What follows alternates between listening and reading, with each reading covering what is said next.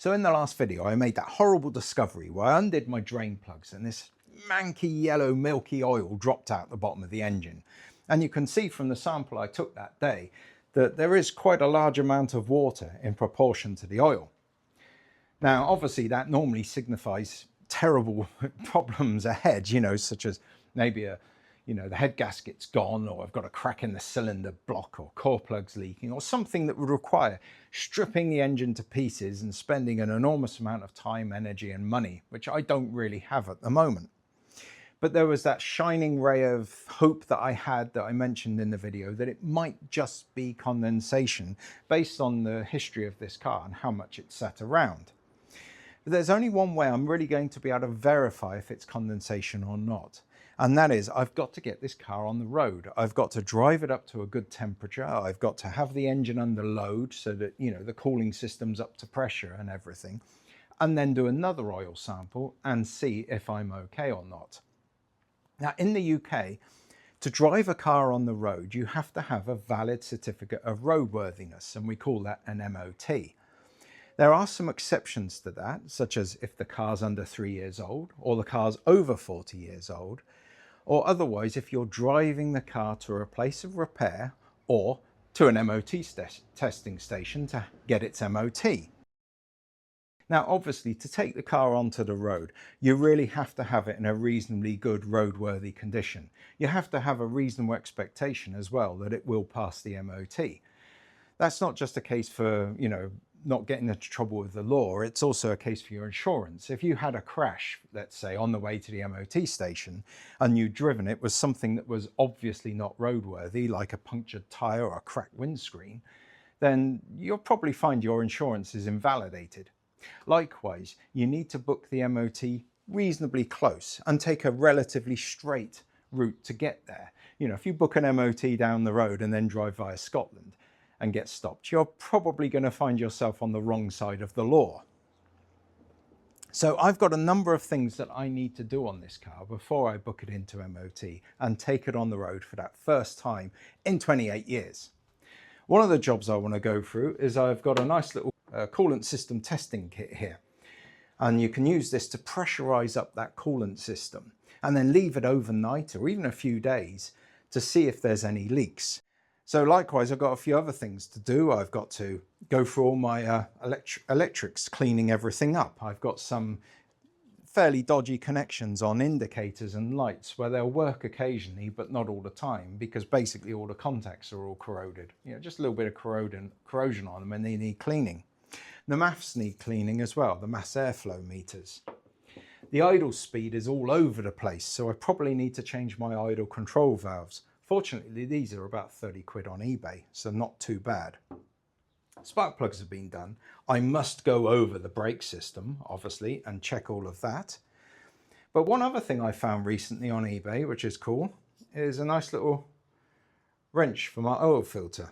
These can be really, really expensive normally, but these off eBay, this was about 10 quid or 8 quid, I think it was. It just slots on the back of the oil filter there, so you can get the oil filter off easily, but also you can do it up to torque with a torque wrench. On the Maserati, that's a particular sort of thing they say. It should be 30 Newton meters, I think it is, not just hand tight or something like that. Don't know quite why these ones are particularly fussy, because they look all the same as any other oil filter, but hey, it says do it, so that's what I'm going to do. So yeah, I've got a few jobs to do to make sure that this car is really roadworthy before I get it on the road. So I'm going to start with looking at the brake system.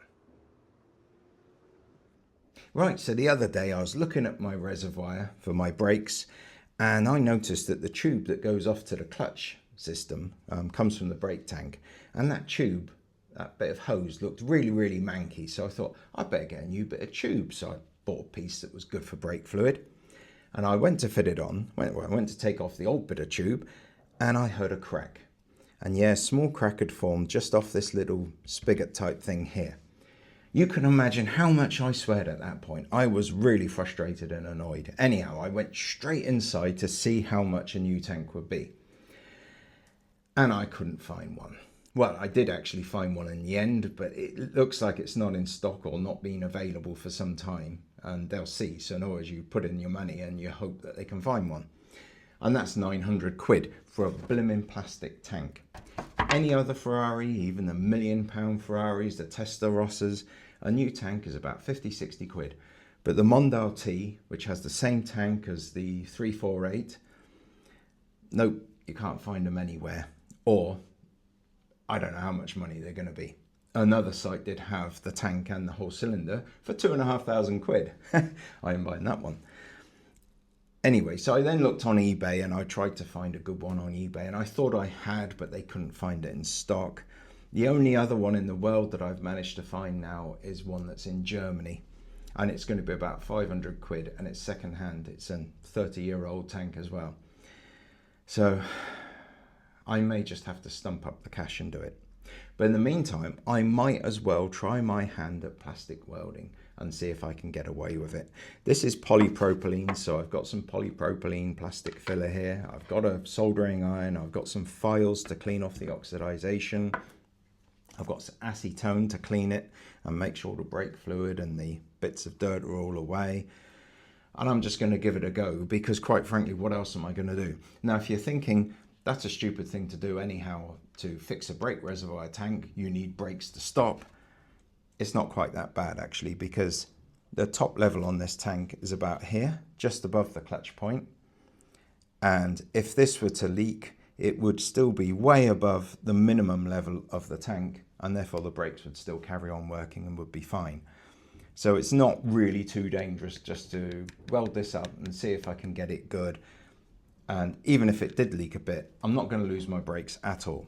You know, my brakes will be nice and safe and still working. So it's worth giving it a go. And I don't really have much other choice. I mean, I say I might just have to buy that second-hand tank, but oh, jeez. Yeah. Yeah, that's hot enough. Don't go too close. Well, I'm not entirely convinced by this end result. I mean,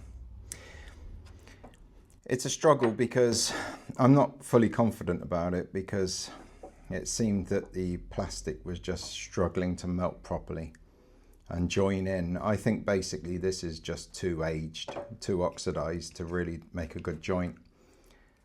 So it might do for my test. It might do for my immediate test where I just stick it on and drive it down the road for 20 minutes. And as I say, if it starts leaking, I'll just lose the clutch. I won't lose the brakes. So I might just use it for that. But yeah, I think I'm going to have to source the one from Germany, which is really annoying. Having said that, I can see that I got the nice little plug in there, and I think that glued in okay. But yeah, it's just not good enough for long term. But it might be good enough just for my test, that's the thing.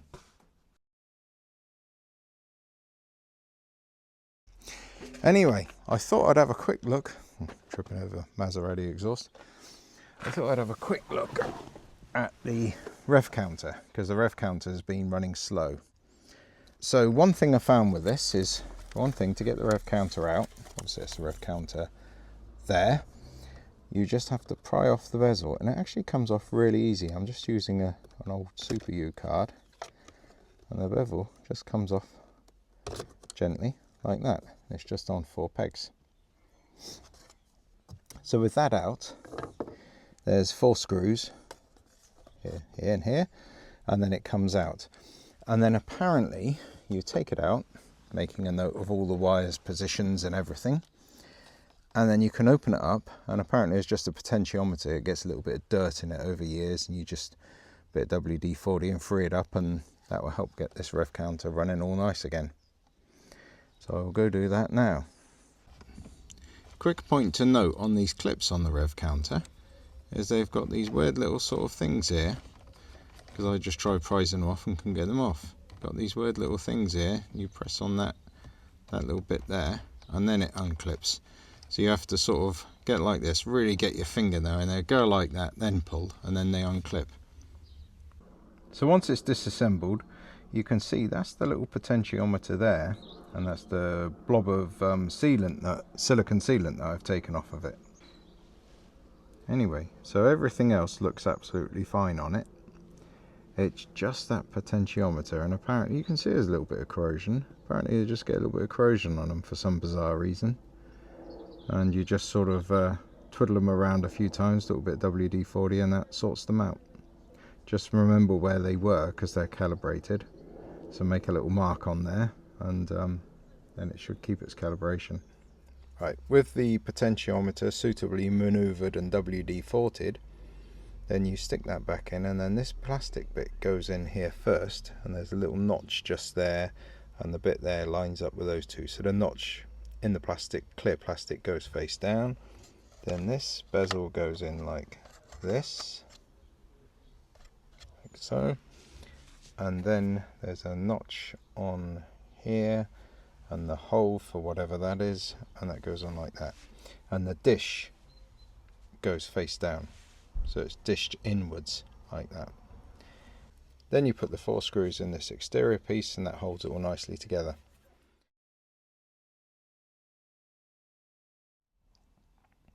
So here is the pressure pump here.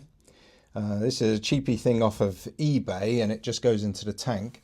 I'm struggling to get it above 0.5 bar. It just doesn't seem to want to go.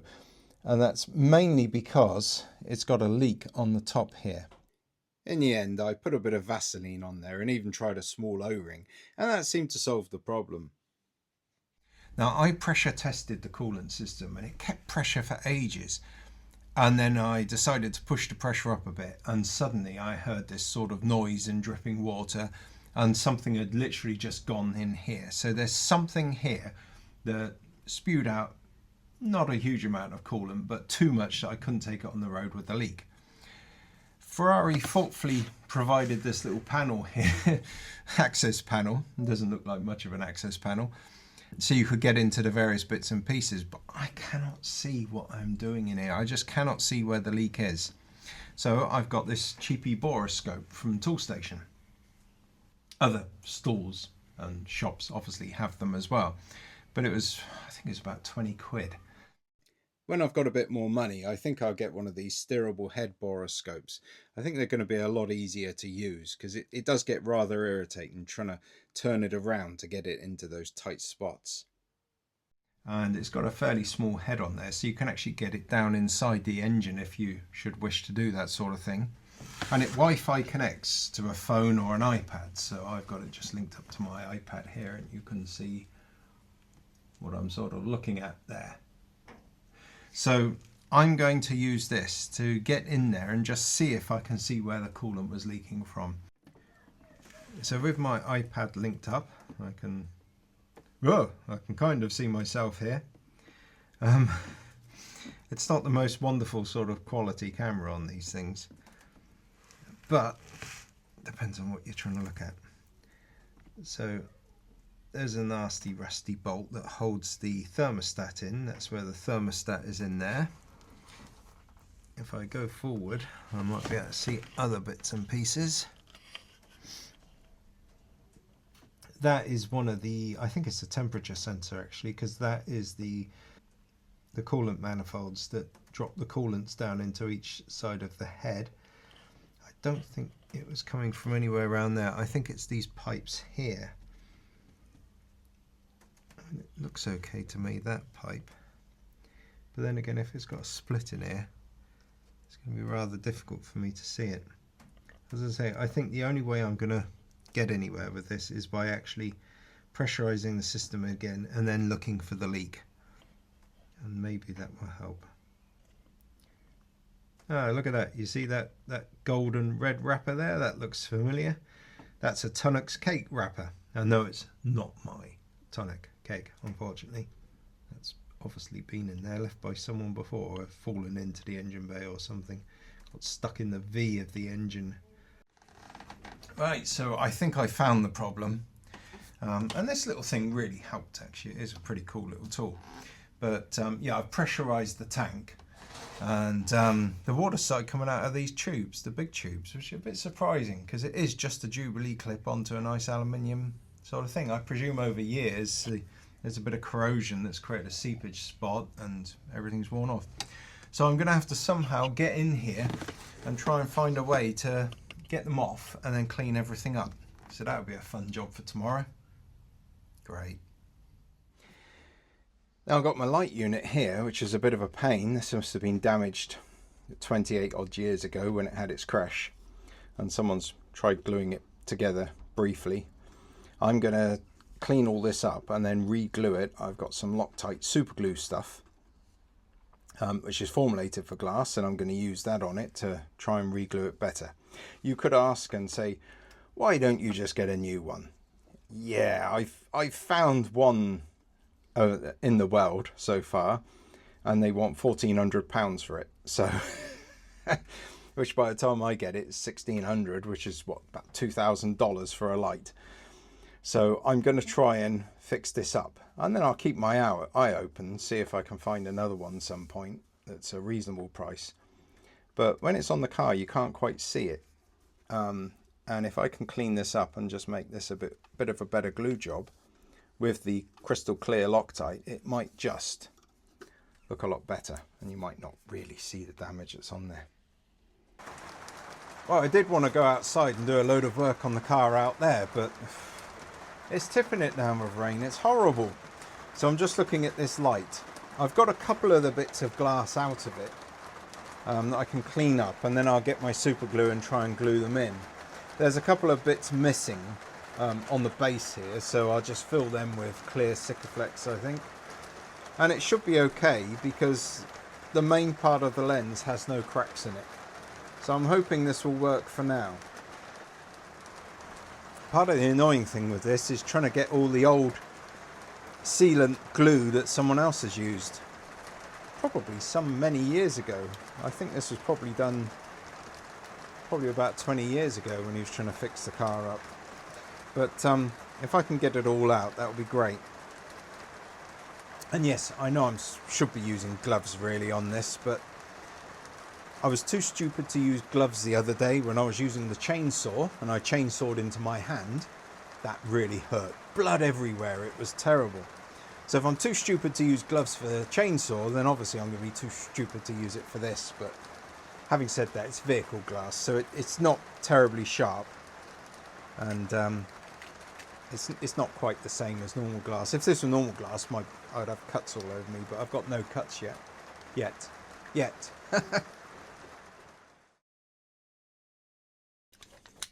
So gluing this light together, and it's not going as well as I hoped, to be entirely honest. I'm just about to glue this corner bit back in. I had to take it out to get round there. I'm going to use a little bit on here, it's black sealant, so I'm going to use Sikaflex 295 UV. I hesitate to record this bit because this is where things tend to start going wrong. Here's that light all back in place, and it's really not noticeable. Also, apparently a crack in a front fog light is not an MOT failure point.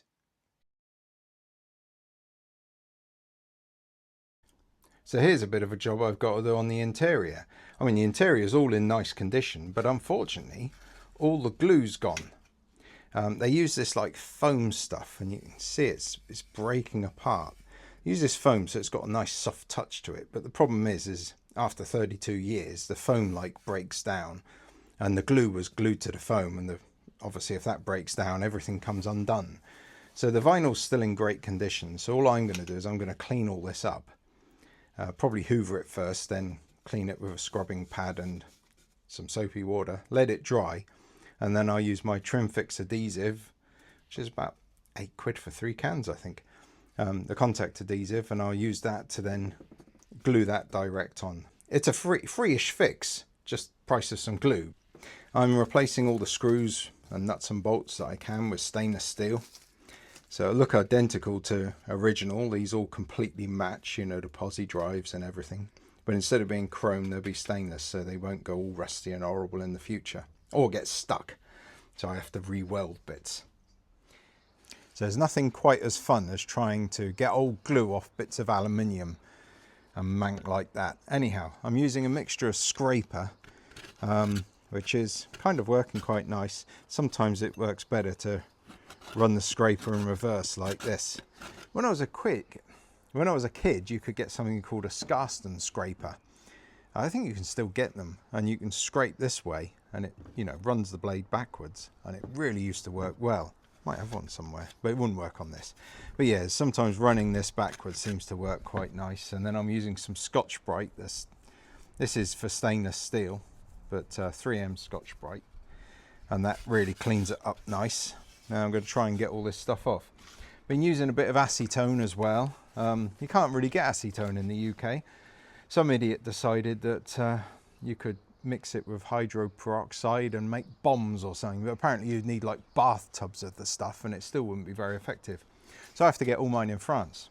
They sell it in the supermarkets, big 5-litre containers. You go in the supermarket and they got them all there, white spirit, everything, and special fire extinguisher type units, automatic fire extinguisher units right next to them. Obviously massive fire risk. You've got a big shelf full of the stuff, you know. Anyhow, so a bit of that and sandpaper, and then just slowly cleaning up. I was tempted to etch prime it, but it wasn't etch prime from the factory, so, you know, I'll clean it up. I'll just make sure it's got dimples on both of them there. I'll try and straighten that a little bit. And then it'll be time to glue it all back together again. You can really tell how handmade Ferraris, particularly of that age, were. Yeah, you sort of look at this and it is a bit sort of handmade. Nicely made, but still. And here it is all fixed up with nice new stainless steel screws. Much better.